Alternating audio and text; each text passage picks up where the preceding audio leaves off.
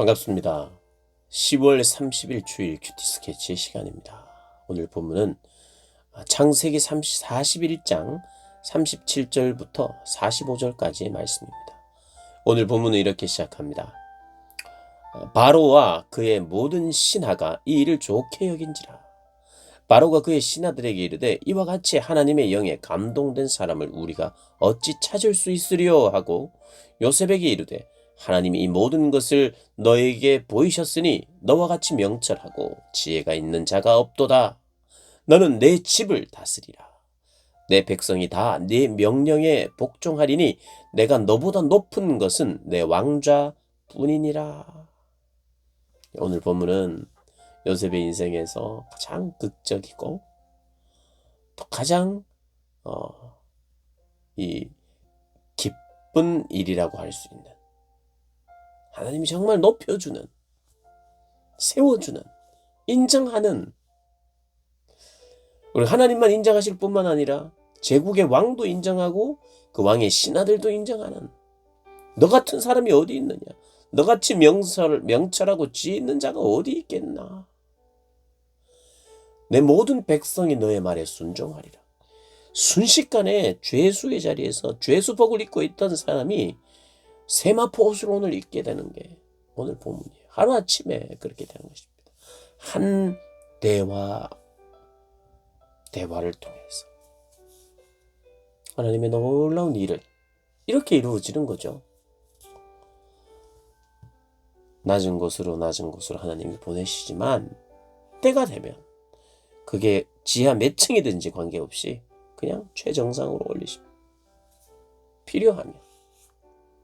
그런데 그냥 요셉이 운 좋게 아무 실력도 없고 아무런 영적인 실력도 없고 하나님에 대한 지식도 없고 뭐 학문적 깊이도 없고 아무것도 없는 사람이 아니라 그냥 일만 잘하는 사람이 아니라 지혜가 있고 지식이 있고 명철하고 판단력이 대단한, 거기에다가 하나님의 꿈을 해석하는 능력도 하나님이 주셨기에 정말 모든 면에서 실력이 있는 사람이 되었어요. 여러분, 낭중지추라고 하는 말, 한자 성어가 있는데 이 말은 주머니 속에 송곳이다. 주머니 속에 송곳을 넣으면 구멍이 나지 않습니까? 송곳이 들어있으면 그것은 구멍이 나고 뾰족한 부분이 드러나게 마련이다.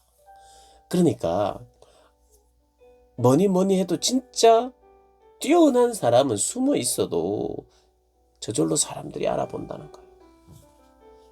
저기 그 감옥에 숨어 있는 듯이 인생의 전혀 무대의 중앙에 서보지도 못하는 그런 사람 같은데 다 소문이 나고, 야, 그 사람 특별하더라, 특별히 하나님의 은혜가 있더라, 그런 이야기가 그냥 드러나는 게 송곳이 드러나는 것처럼 요셉이 그렇게 드러나 버리는 거예요.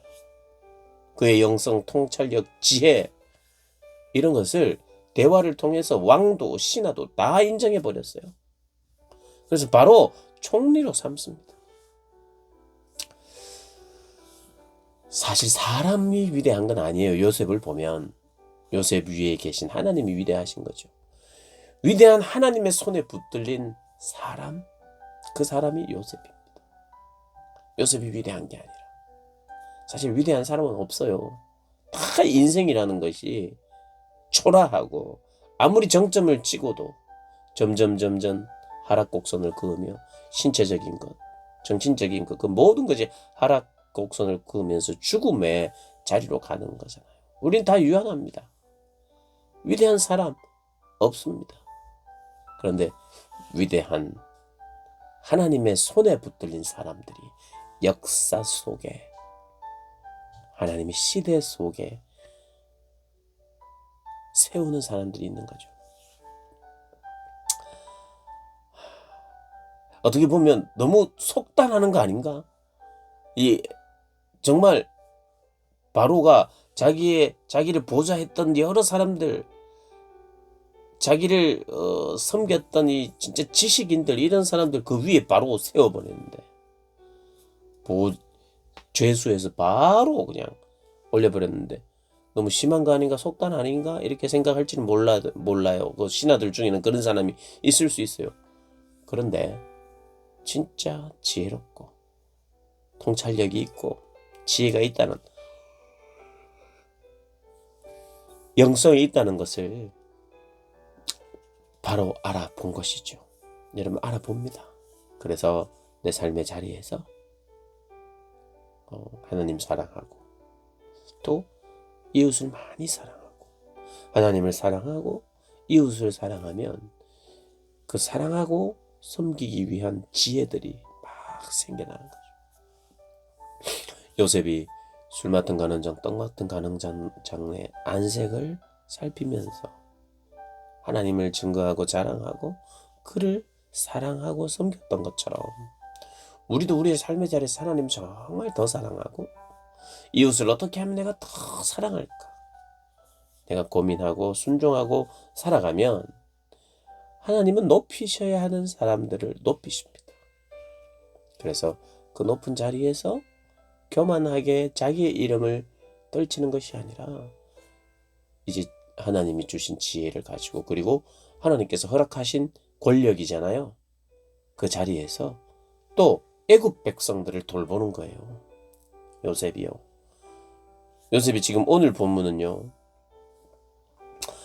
최상의 어떤 높아지는 것을 설명하고 있어요. 오늘 보면 인장 반지를 그에게 줍니다. 그게 네가 도장 찍고 네가 알아서 해, 이런 뜻입니다. 나라 일을. 그리고 그에게 세마포의 옷을 입고 금사슬을 목에 걸고, 금사슬이 얼마나 컸는지 모르겠어요. 사슬이라가 금목걸이가 아니라 사슬이라 하는 거 보니까 막 하여튼 굵은 건가 봐요. 목에 걸고 수레를, 버금 수레를 태우고 무리 앞에서 소리를 지르면서 요셉에게 잘해 하면서 막 소리를 지릅니다. 그에게 애굽 전국을 총리로 다스리게 하였다. 그리고 내 허락 없이는 애굽 온 땅에서 네 허락 없이는 수족을 놀릴 자가 없는, 네 허락 아래서만 살 수 있게 하는 그런, 결국 꿈은 하나님이 일을 하는 가운데에 그분을 높이고 드러내는 일을 고민하는 가운데에 뜻이 이루어진 것이에요. 그러니까 내가 꿈을 이루기 위해서 나는 높아진대 어떻게 하면 높아질까 이런 생각을 한 게 아니라 그분을 높이는 삶을 살고 드러내고 하나님께 집중하고 또 사람들의 안색을 살피고 하나님의 뜻을 물어가는 삶을 살다 보니까 결국에 하나님이 들어서 높여주시더라는 거예요. 내가 어떤 꿈을 정하고 그 꿈을 위해서 내가 노력하는 그런 방식이 아니라 이 말이에요. 내가 어떻게 하면 총리가 될까 하고 접근한 게 아니에요. 내가 어떻게 사랑할까? 그러니까 높인 거예요. 그러니까 사실 정치도 내가 어떤 자리에서 정치를 하겠다라고 꿈을 꾸면 안 돼요. 성경의 가르침은 그래요. 내가 대통령으로 나는 반드시 대통령이 될 거야 라는 꿈을 꿔서는 안 돼요. 그것은 내가 꿔야 될 일이, 거기에 초점을 맞추기 때문이에요. 그러나 국민들을 사랑하고 국민들이 높아지는 것에 관심이 있을 때 그 국민들이 높여주는 거죠. 그 진짜 참된 정치는 내가 정치인이 되고 정치꾼이 되고 내가 누리고 하기 위해서 정치의 목표를 두면 그 사람도 결국에는 명예가 생기지 않습니다. 사람들이 높여주지 않아요. 결국 자기를 위해서 살았구나. 자기 일을 사랑하고, 여러분, 자기 일을 사랑하고 자기가 하는 정치를 사랑하고 자기 일을 사랑하는 것과 국민을 사랑하는 것과는 다른 거죠. 예를 들어 저를 예를 들어 볼게요. 내가 하는 목회의 일을 사랑하거나 내가 하는 설교를 사랑해서 내가 설교를 잘해야 되겠다, 내가 목회를 잘해야 되겠다 하면 나의 일을 사랑하는 거죠. 이래서는 안 돼요. 그런데 저를 비롯해서 많은 사람들이 아마 이 부분 때문에 많이 하나님 앞에 다루어져야 되는 부분이 분명히 그걸 거예요. 내가 좌절하고 내가 힘들어하는 것이 내 일이 잘 안 될 때 좌절하고 힘들어하는 것은 별로 하나님 앞에서 뭔가 내세울 만한 게 없어요. 자기 미련이거든요. 자기 연민이거든요. 자기 연민. 자기 연민 속에서 사는 거예요. 그런데 관심이 내가 하는 일을 사랑하는 것이 아니라 타인을 사랑하고 교회를 사랑할 때 성도를 사랑하는 것이 그게 우선이 되면 성도를 정말 사랑해야 어떻게 하면 성도를 살릴까? 어떻게 하면 성도가 새로워질까? 어떻게 하면 성도가 일어날까? 어떻게 하면 성도가 하나님의 은혜를 받을까? 어떻게 하면 성도가 힘있게 살아갈까를 고민하고 더 기도하고 할 때 좋은 설교가 나오고 그 성도들이 존경하고 이런 것이 따라오는 거겠죠. 모든 사람들이 모든 영역에서 이것은 다 함께 적용되는 부분 같아요. 기도란 이런 싸움, 내 안에서 일어나는 이 싸움을 기도로 잠재우는 거죠. 싸움을 끝내는 거죠. 아니야. 저로 예로 든다면 아니야. 내가 관심을 기울일 것은 설교를 잘하거나 뭘 잘하거나 내 일을 잘하거나 내 일을 사랑하는 쪽에 기도하는 것이 아니라 포커스가 남에게 있어야 돼. 교회에 있어야 되고 그들에게 있을 때 하나님이 높여주실 수도 있는 거고 필요하면 높여주시는 거고 그럴 때 모든 것이 건강하게 돌아가는 것이죠. 무슨 말인지 잘 아실 겁니다. 근데 이거를 놓고 정말 우리는 기도해야 되고 살아내야 하리라고 생각하고 믿습니다. 그래서 자신을 들여 헌신할 때, 그 일을 위하여 희생할 때, 성도를 사랑하고 높이는 것을 위하여 일할 때 모든 것이 아름답게 돌아가는 것입니다. 그런 삶의 자세로 여러분 사십시오. 살아야 합니다. 그렇게 삽시다. 결국 내 인생을 나를 위해서 살면 실패하는 것이고